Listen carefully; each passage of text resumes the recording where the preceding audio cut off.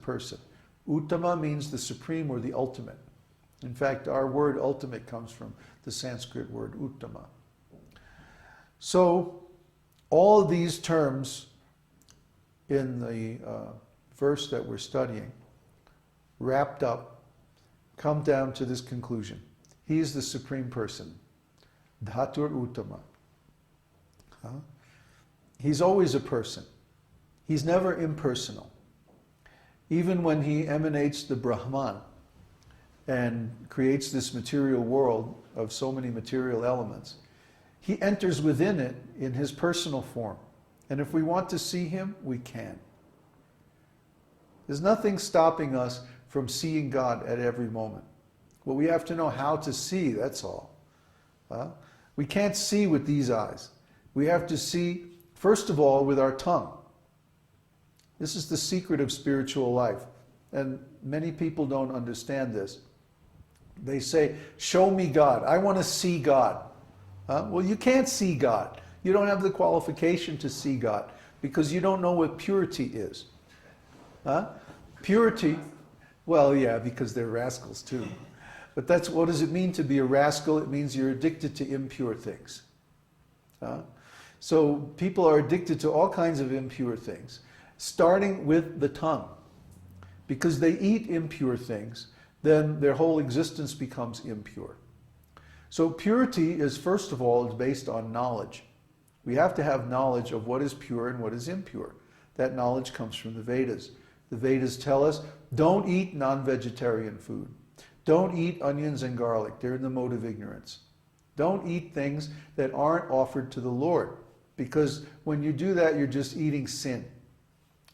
Even if you eat vegetarian food or milk products or something like that, there's some sinful activities involved in the production of these foods. Killing the plants, or sometimes they slaughter the cows when they get old. They can't give milk anymore. So we have to have some way to remove the sinful activities, the karma, from the things that we eat. And that means we have to offer them to the Lord and then take the remnants of the offering, and that becomes prasadam. And by eating like that, we become purified, by association with the prasadam, with the remnants of the Lord.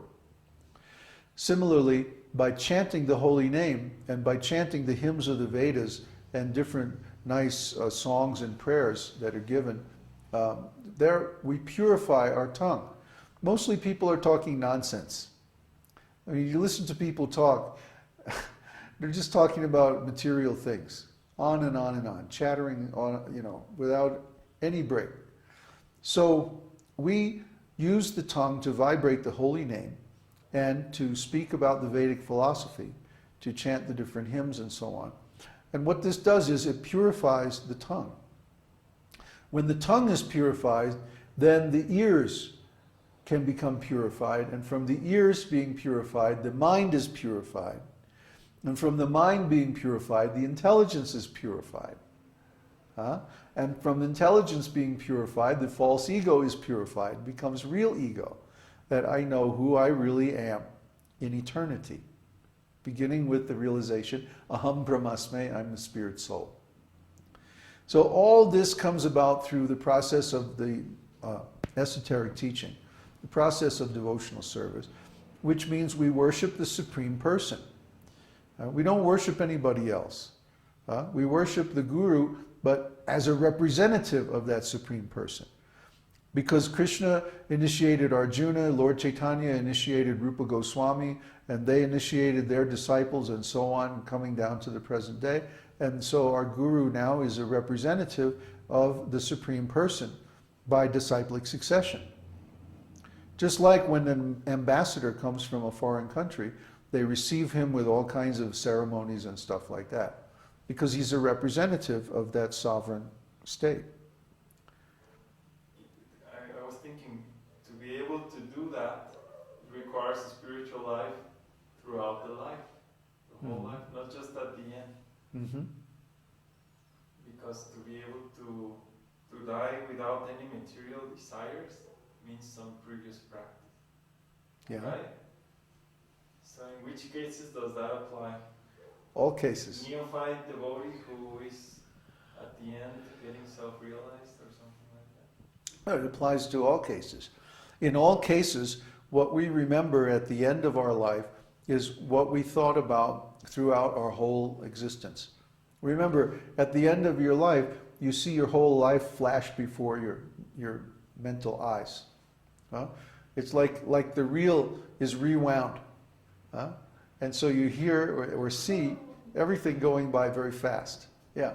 You see the sum total of the quality of the impressions that we have in our whole life is our consciousness at the time of death. So Krishna says, Yang yang vapi smaran bhavam tyajatante kalevaram. Tang tang evaiti konteya sadatad bhava bhavita. Whatever state of mind you remember at the time of death, that's where you go in the next life. That's the kind of body you get. So that applies to everybody. So specifically for a devotee, it means that the earlier we begin to accumulate spiritual impressions, the more quality of spiritual consciousness we have at the time of death. It's not something you can do in a short time. It's something that takes the whole life. A whole life of discipline, a whole life of austerity, spiritual practices, purity, and so on. So, I mean, personally, I have no doubt that at the time of death, I'm going to remember Krishna, because I've been remembering Krishna my whole life. There hasn't been any period during my life when I wasn't practicing some kind of spiritual process. So, and not just impersonal, yeah, directly devotional service.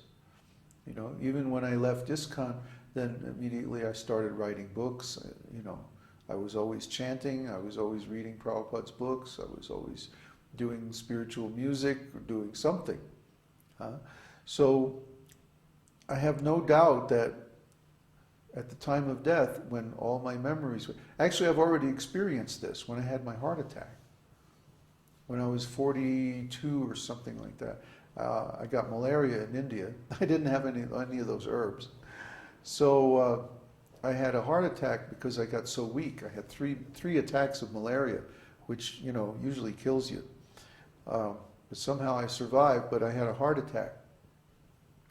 And at the time of the heart attack, I left my body, and I went to the spiritual world, and I saw Lord Jagannath. Lord Jagannath received me very nicely, and then he said, well, you have to go back. And I said, what? I don't want to go back. I want to stay here. And then he showed me my life. And literally, it was like this long thing, like a snake or like a worm, with all these little pictures, like a whole long string of pictures that showed my whole life.